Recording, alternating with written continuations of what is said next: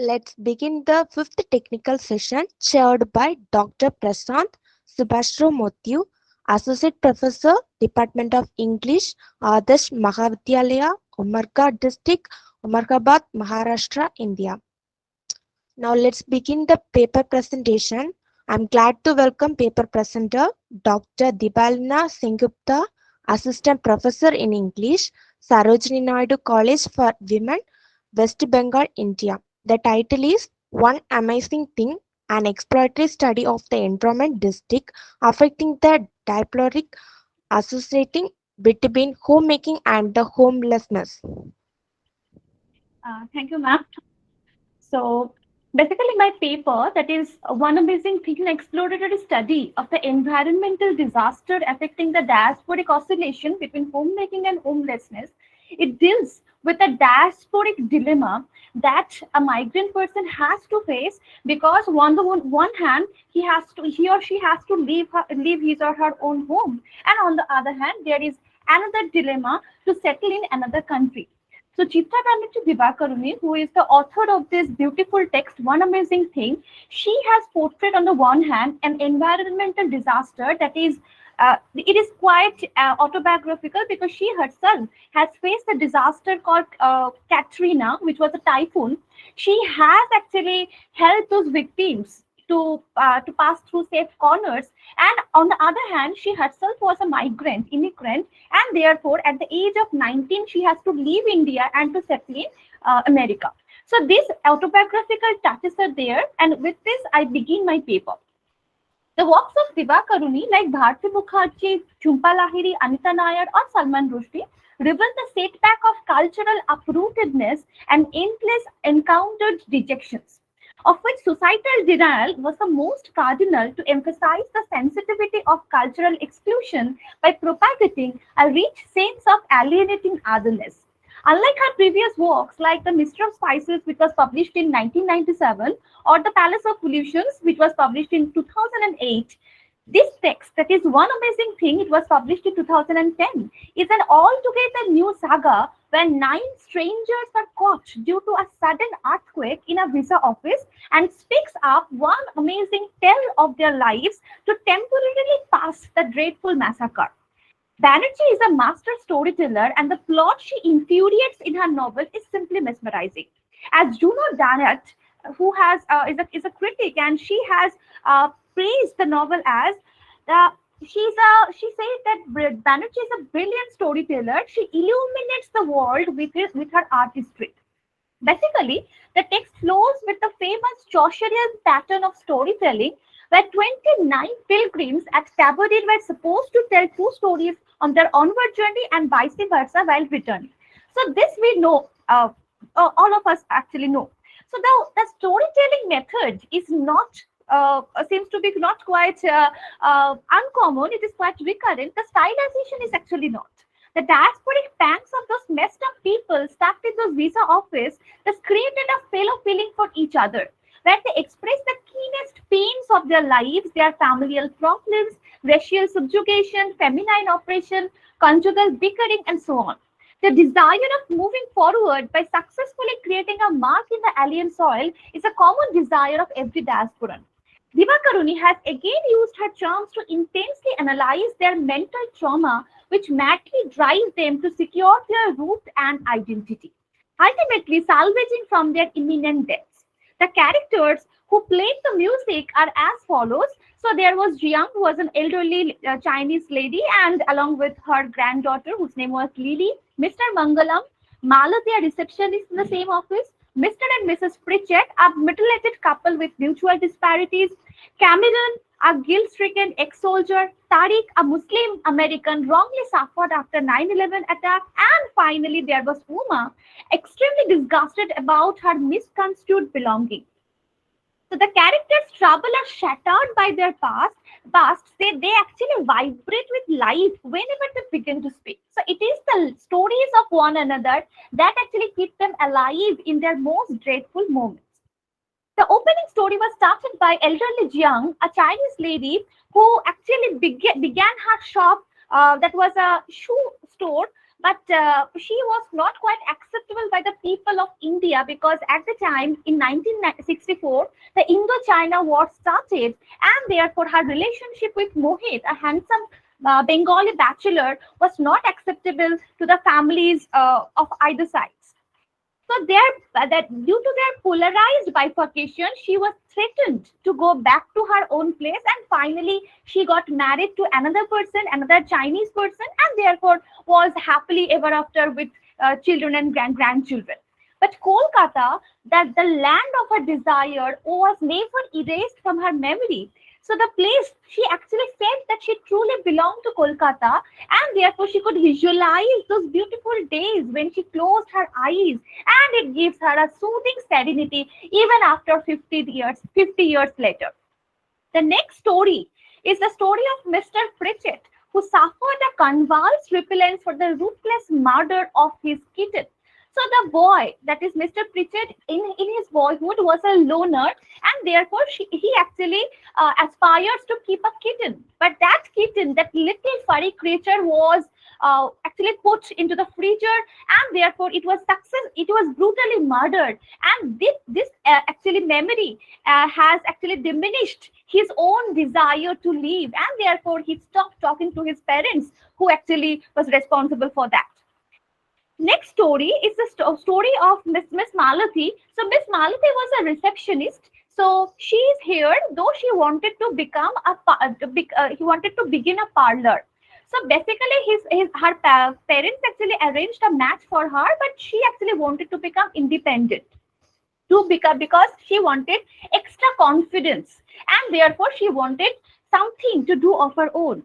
So therefore one thing happened, that when she was actually working in a parlor, so she found that Mrs. Balan, an aristocratic lady, actually has trapped her maid, whose name was Nirmala, because Nirmala has got an kind of affair with her own son, whose name was Ravi. So that is why he exploited that maid, and therefore she has actually exploited her into play the role of a prostitute. So therefore she has avenged on this character, that is Miss Balan, and therefore because her life was threatened, and therefore she has to move to America to save her life. And now she is planning to come back to India because she has saved enough money to begin a parlor which will be fully self-funded. In Tariq's story, which is the next one, Divakaruni has perfectly blended the terror of racial hatred and problems of an oscillating identity. Tariq, who was an American Muslim whose age was about 22, was fallen under the mischievous attack after the harrowing destruction of 9/11 on the Twin Towers of Manhattan. The attack was metamorphosed into racial subjugation, where every Muslim residing in America was harassed by the government, being suspiciously connected with the massacre. Therefore, his relatives suggested to go back to India and settle there. But he actually felt aghast. He actually felt that this is my country. I was an American. The thought of being driven from my home filled me with rage. I have quoted from One Amazing Thing, page number 131. So he therefore was cramped between his loyalty and belongingness, between his own home and mythic home, and realized that India does not create that magic pool inside his heart. Another story that is obviously of Lily. So Lily's tale was about her jealousy on her brother Mark and insecurities which drove her to become disobedient at home and studies. Mr. Mangalam's sad story demarcated his failed marriage with extravagant Nayana and his subsequent affair with Latika, which was piteously vanquished because of the interference of the dominating Nayana.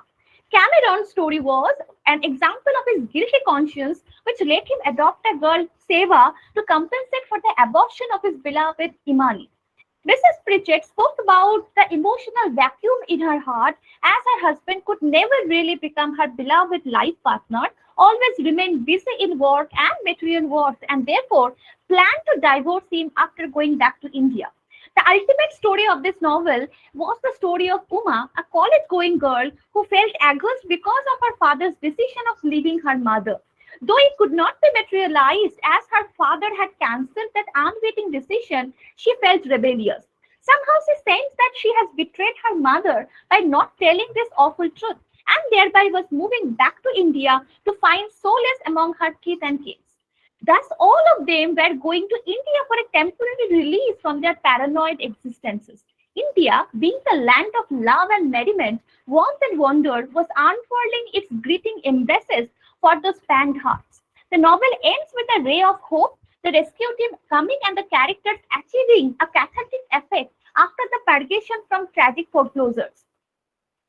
Thus, Divakaruni has gifted us an altogether new flavor, which offers us 9 poignant stories of people coming from different roots. The only similarity latent in their narratives is that all of them urges India to be a land of redemption, something they cling to as they needed refuge after their cataclysmic distress. One amazing thing, in fact, maps Divakaruni's own hackneyed memories about Typhoon Katrina in 2005, and she has infused some of her experiences of the trauma where she volunteered those victims to safe corners. Regarding the pain of migration, her realization was original and authenticated, as at the age of 19, she herself got migrated from her own motherland in search of prestigious fellowship and always felt a melancholy longing for India. He has formulated various designs, therefore, to delineate the issues of home and belongingness to socio-political concomitants decisively with their circumstantial eviction and amassing heterogeneity in diasporic home. Her protagonists were the proactive emissaries of their fated destiny, beginning from Jiang to Latika, Tarik to Mangalam, all face the same crisis regarding the question of home living and homemaking, belonging and unbelonging, rootlessness and nostalgia. Past obviously bears a mythic essence, smelling quintessential veridity, inducing them into a nostalgic stupor. Therefore, the recognition of the shifting nature of cultural identity faces an abrupt loss. Thus, in the notion of displacement, there is no real self to return back, and there is only diverse accreditation, unfinished, undefined, and unaccomplished arbitrariness of the host culture they amalgamate with. We can therefore very well conclude, quoting from a puzzling passage from Jaspreet Jain's The Diaspora Writes Hope. So I have quoted from this book. The diaspora writes hope to fulfill its many psychological, emotional, historical needs. It also feels free to comment on the political or religious happenings that push the nation into orthodoxies, fundamentalism, and closed spaces. There are other reasons. It writes home to be visible in the host culture, not as a weight, but as a person with a meaningful, valuable past. Memory, in the end, is subversive of history and is an account of all that has slipped through the gaps, the interstices. Thank you, ma'am.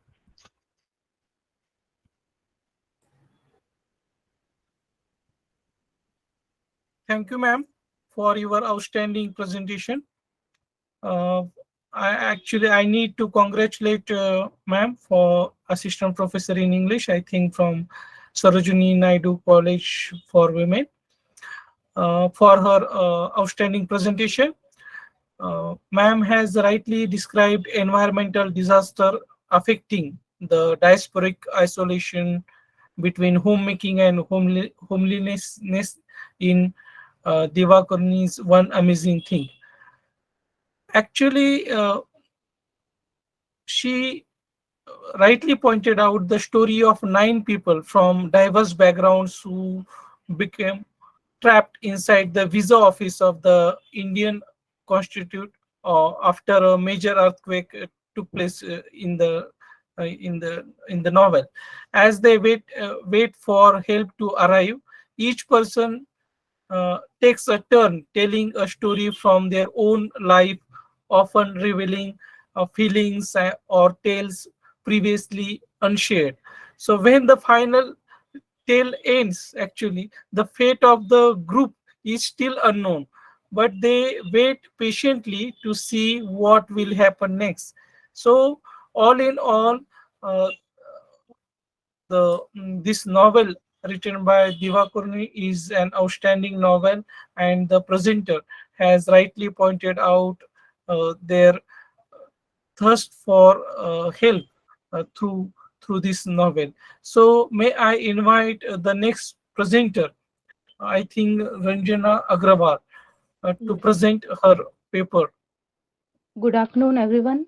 Am I audible, sir? Yes. Uh, the title of my paper is Exploring Some Themes and Issues of Harlem Renaissance in Zora Neale Hurston's Their Eyes Were Watching God. Literature presents a true picture of the prevailing society. American literature has a prominent place in world literature as Renaissance period is regarded an important period in the history of English literature. In the same way, Harlem Renaissance was a radical movement in the history of American literature. Renaissance means revival or rebirth of classical learning, and Harlem is a place in New York which became a center of migrant African Americans after the First World War in 1920s. Thus, the term Harlem Renaissance came into known. It was an intellectual and cultural revival of African American music, dance, art, fashion, literature, theater, politics, and scholarship centered in Harlem, Manhattan, New York during 1920s and 1930s. It basically focused on the recognition of cultural heritage and ideas of the new Negro. The writers belonging to the Harlem Renaissance presented complex portraits of Black life in America.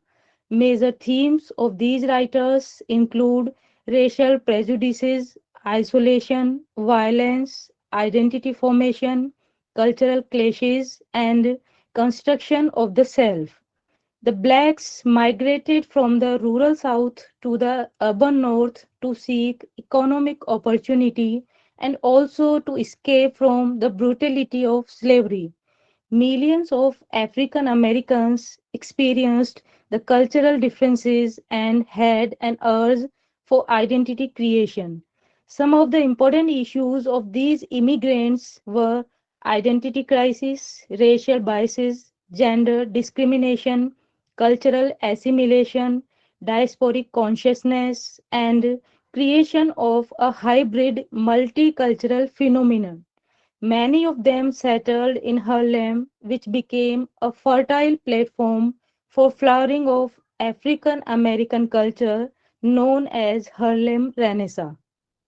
Prominent black writers expressed pride in their African heritage and tried to create a new understanding of black life and identity in the United States. The literature of the Harlem Renaissance gave attention to the bitter experiences of slavery and racism, which had to lay the foundation of the later civil rights movement. This movement used art to challenge white supremacy. African American migrants raised their level of literacy, uplifting the race and opening socio-economic opportunities, and developing race pride, including Pan-African sensibilities and programs. Harlem Renaissance is also known as New Negro Movement. Some black writers and artists from African and Caribbean colonies became aware about their cultural inheritance and also about their recognition of literature. The growing Negro middle class found Harlem a better platform to fertile their culture, art, and literature, seeking a fresh start in life. The New Negro movement was named behind Alan Locke's anthology, The New Negro.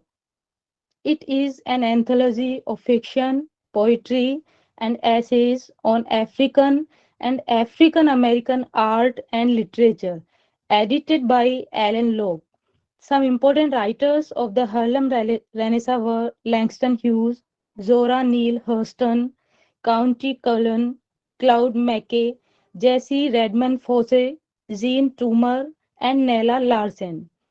Zora Neale Hurston was a prominent author of the Harlem Renaissance movement. She wrote about the revival of learning of the blacks.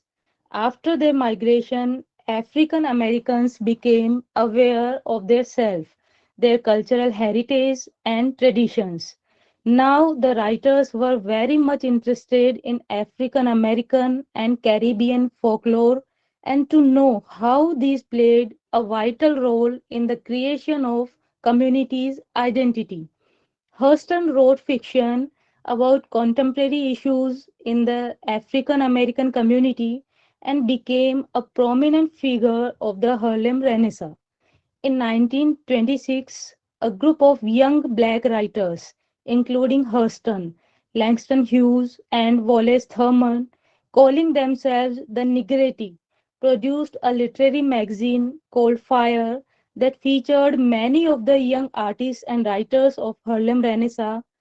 Hurston's short stories, drawn from the African American experiences and racial biases, were published in the anthology The New Negro. Their Eyes Were Watching God, published in 1937, is considered a classic of the Harlem Renaissance and Hurston's best known work. The novel explores the protagonist, Jenny Crawford's, I quote, ripening from a vibrant but voiceless teenage girl into a woman with her finger on the trigger of her own destiny, unquote. It is a journey of Jenny Crawford's self construction. The practices of a black woman in the creation of selfhood are very inspiring for the whole society. Janice marries with three men, and the cognition of the self are interrelated processes. She experienced a lot practically with all her three males. Her first marriage with Logan Killix was somewhat forceful by her grandmother Nanny because she wanted a powerful male for Jenny's protection, not a husband who would love and honor her. Nanny herself, having been a victim of a white owner who raped her brutally and made her pregnant, did not want the same fate for Jenny also. So she was very much thoughtful of Jenny's marriage. She actually wanted complete security for her granddaughter in the patriarchal society where a black woman had a negligible place between both the white as well as the black male community. Her first marriage was unsuccessful as she was supposed by her as she was suppressed by her husband. Nanny told her that love might develop later between husband and wife, but Jenny's experience was bitter, and I quote, so Jenny waited a bloom time, and a green time, and an orange time. But when the pollen again gilded the sun and sifted down on the world, she began to stand around the gate and expect things. What things? She didn't know exactly. Her breath was gusty and short. She knew things that nobody had ever told her. For instance, the words of the trees and the wind. She often spoke to falling seeds and said, ah, hope, you fall on soft ground, because she had heard seeds saying that to each other as they passed. She knew the world was a stallion rolling in the blue pasture of either. She knew that God tore down the old world every evening and built a new one by sunup. Unquote. Gradually, Jenny started to discover her narrative power and went for the second marriage with Jody. This time she felt attracted towards the power of the male as she desired a superior place among the black women of equal rank. After some time, she again realized that she was not an independent individual having an identity of her own, but a sufferer in the male dominated society, which she never liked. Instead, she wanted an individual space for herself. She did not want to live under shackles, rather, a liberated woman able to take her own decisions. Jenny's construction of selfhood blossoms when Tea Cake, her third husband, allows her to participate in the practical experiences unimaginable to her, while Logan Kilix gives her no opportunity of experiencing herself. Jodie overpowers her expressive voice. Tea Cake allows her construction of self to mature link between self construction and cognition. She kills Tea Cake in self defense. After his death, she thinks, I quote, of course, he wasn't dead. He could never be dead until she herself had finished feeling and thinking. The kiss of his memory made pictures of love and light against the wall. Here was peace. She pulled in her horizon like a great fish net, pulled it from around the waist of the world and draped it over her shoulder. So much of life in its meshes. She called in her soul to come and see. Unquote. The main point is that self construction is influenced by practical knowledge called cognition. Knowing, thinking, seeing, and speaking are important to the construction of the self in Hurston's present novel.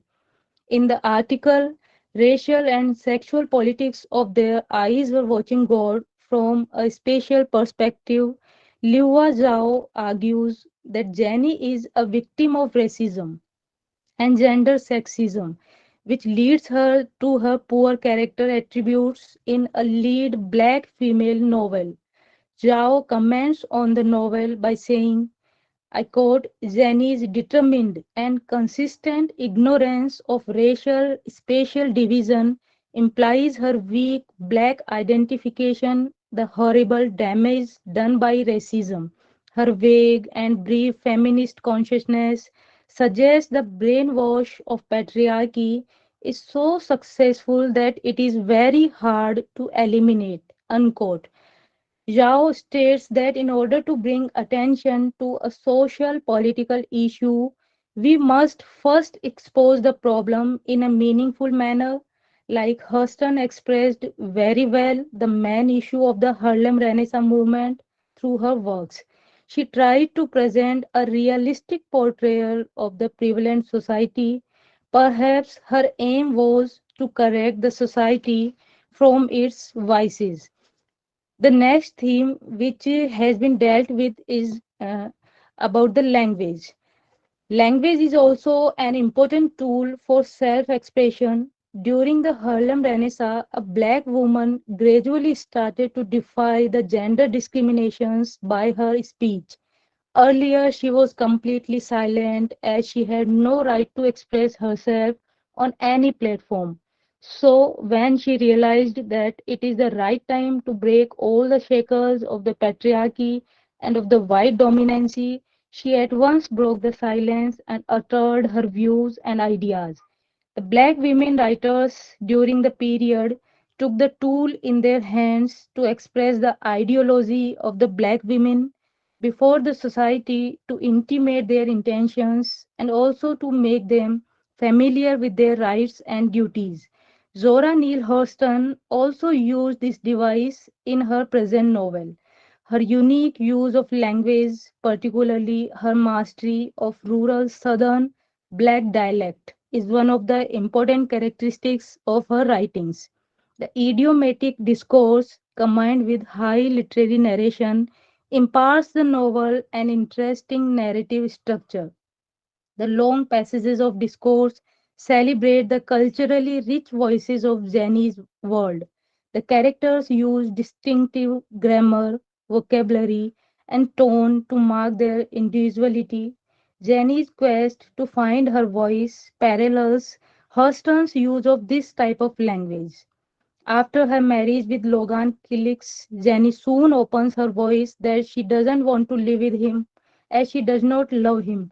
Earlier, she thought that perhaps natural love will develop between them. Yes, she would love Logan after they were married. She could see no way for it to come about, but Nanny and the old folks had said it, so it must be so. Husbands and wives always loved each other, and that was what marriage meant. It was just so Jenny felt glad of the thought, and then it wouldn't seem so destructive and moldy. She leaves Logan and chooses Jody as her second husband. Again, this time also she is curbed to form her individuality as Jody prevents her from talking to another man and becomes Sorry possessed. for the disturbance, Ranjana ma'am. Kindly Okay, conclude your paper. okay. Uh, so, to I conclude, request all the paper presenters, as suggested by the organizers, every okay, presenter have only 10 minutes for their okay, presentation. sorry, sir. Okay. The basic theme that has been explored is the identity formation of a black woman during the critical time of slavery and racial prejudices. The image of the protagonist is of a strong willed black lady who tried to defy all the restrictions of the white as well as the black patriarchal society. During Harlem Renaissance, the black women were trying to raise their level in the society. In doing so, they faced many challenges like identity crisis, creation of the self, assimilation, adjustment, and thus tried to break the walls of the discriminated society. Jenny, the protagonist of the novel, is a strong lady who did what she liked and what was important to do to face the society. She never gave up. At last, when situations presented before her and restarts her life with a fresh resolution. The use of the dialect in the novel also provides strength to it. It becomes easy to understand the true feelings of the characters through the use of the local language. Thus, the themes selected exemplify well some major issues of the Harlem Renaissance. Thank you very much, sir.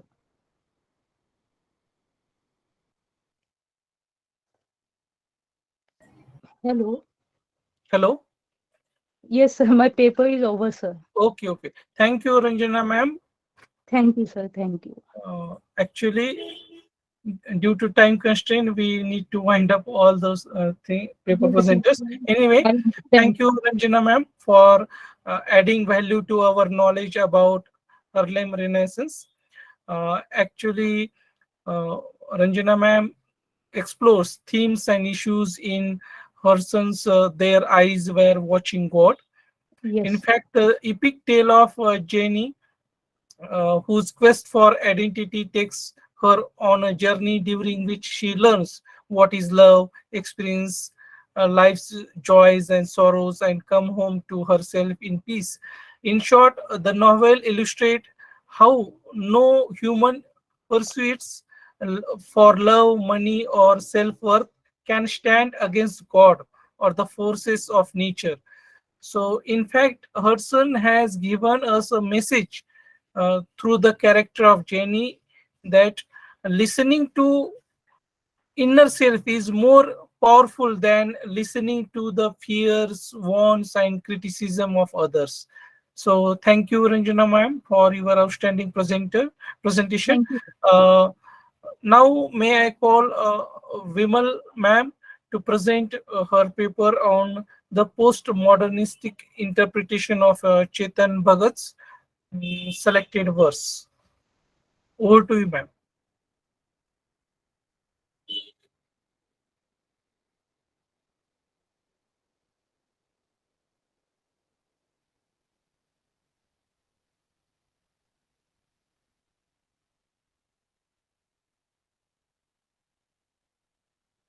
Coordinator, is Vimal available in the list or not?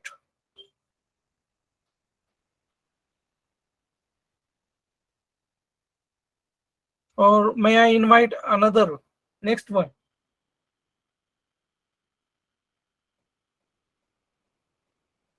Yes, Sir, Shailaja ma'am. Vimal is not here. Okay. So may I invite next presenter? Okay, sir. Okay. So I think the next presenter is Krishnavani. Uh, is she available in the room?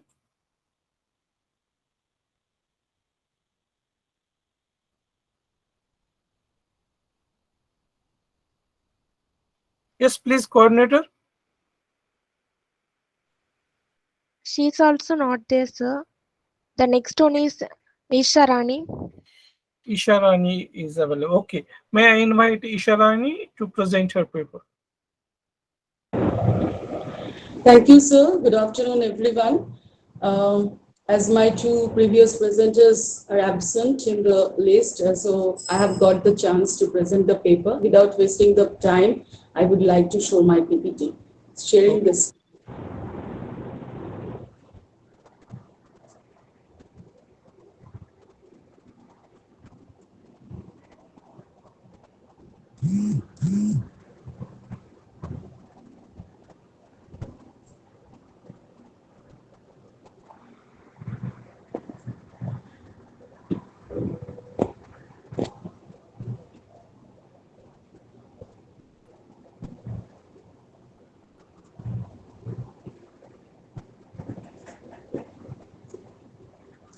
I hope my screen is visible to everyone.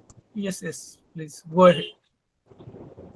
The title of my paper is The Adventures of Tom Sawyer, Intergenerational Solidarity and Space for All Ages. The Adventures of Tom Sawyer is an American children's novel written by Mark Twain and was published in 1876, that is in 19th century.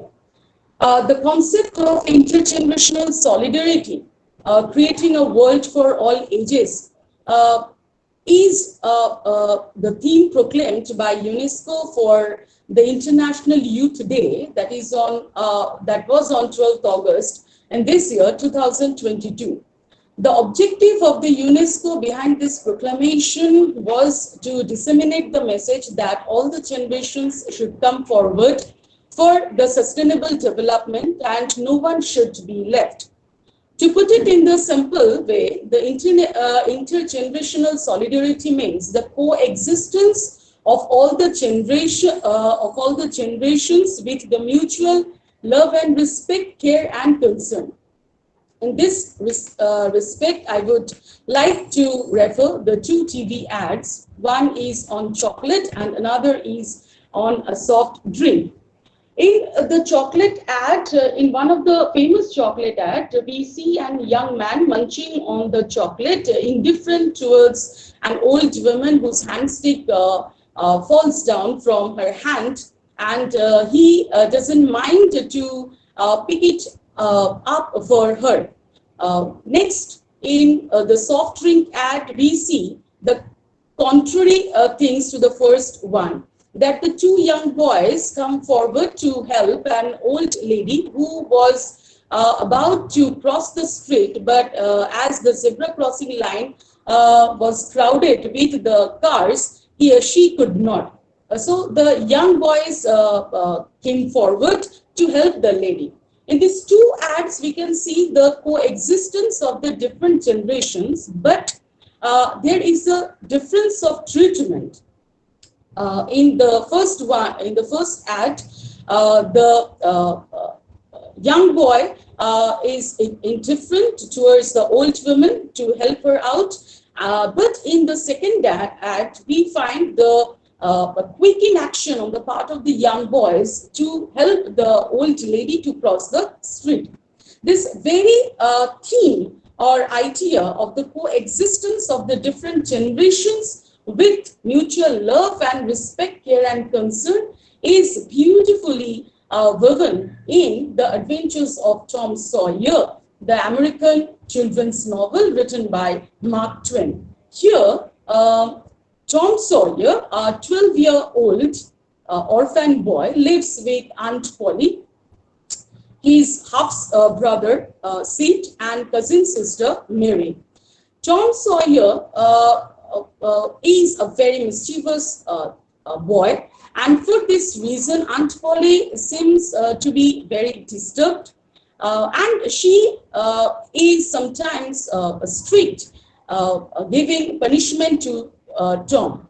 But inside, she is very soft-hearted for Tom.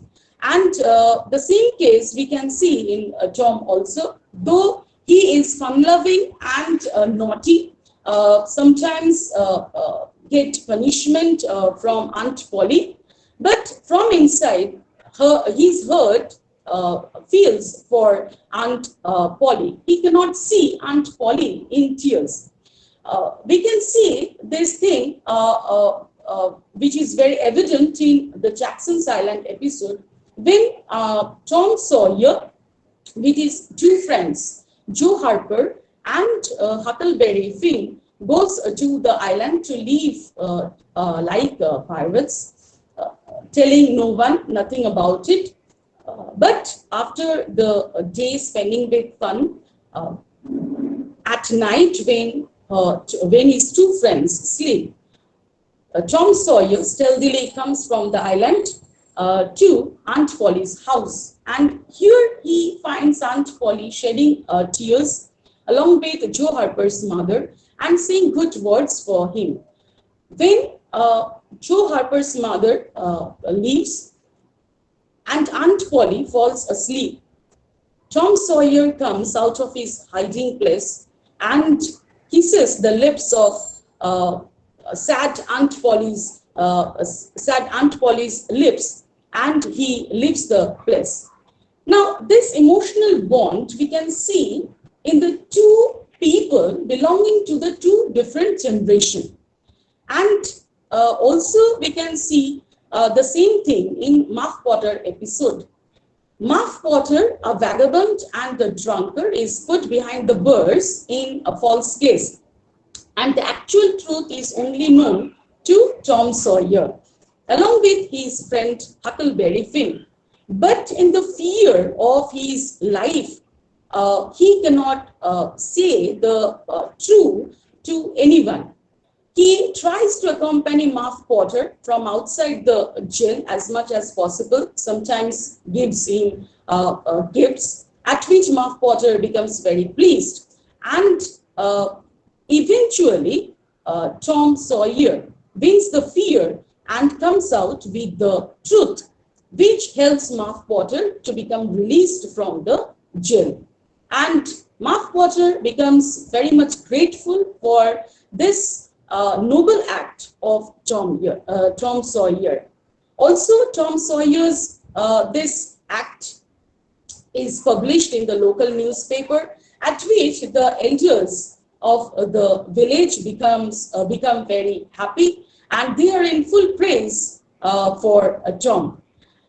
This emotional bond is also seen in the case of the elder people in the village for Tom, not only for Tom but also for the other boys. For example, when Tom with his two friends go to the Jackson's Island, all the elders go out in searching for these three boys in the river.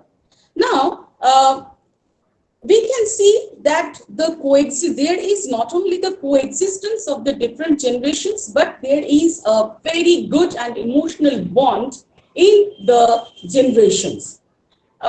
This same thing we can find in R.K. Narayan's Swami and Friends, published in 1935, where a 10-year-old Swami finds his emotional outlet to his grandmother, and his grandmother also finds the talking partner in Swami, especially when everyone seems to be busy with Swami's newborn brother.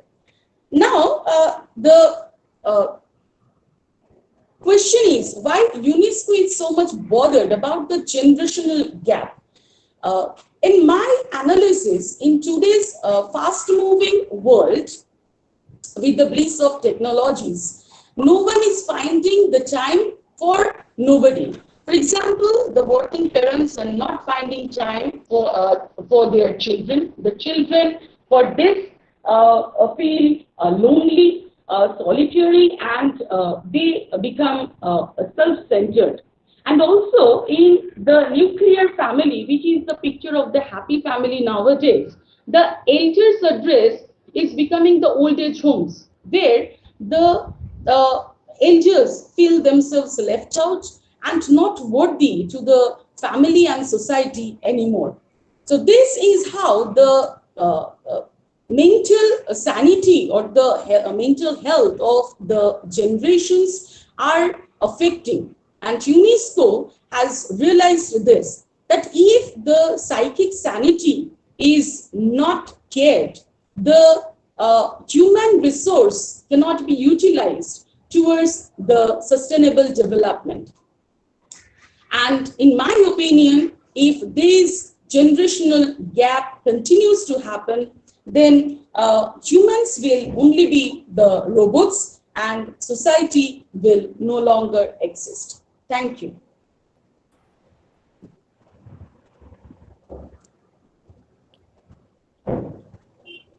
Thank you, ma'am. Thank you, Isharani Das, ma'am, has rightly pointed out that the Adventures of Tom Sawyer. Actually, the novel is one of the America's best loved tales.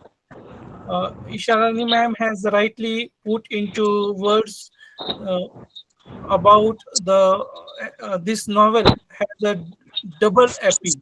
First, it appeals to the youngster as the existing adventures of a typical boy that are still delightful because they appeal to the basic instincts of nearly all young people, regardless of time or culture.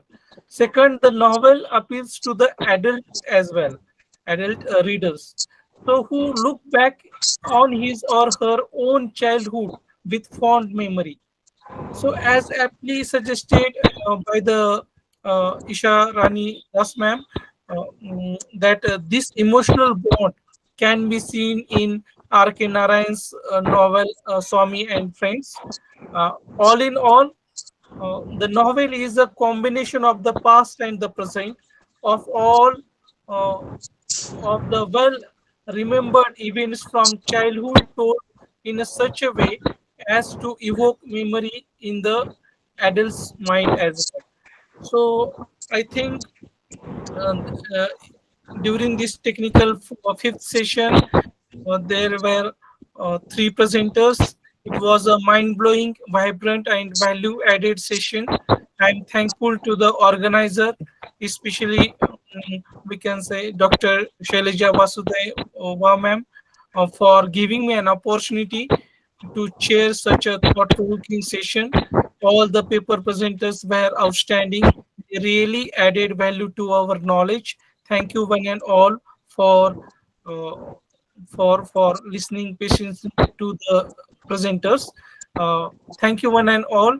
And in this way, I declare this technical session is over. Thank you one and all.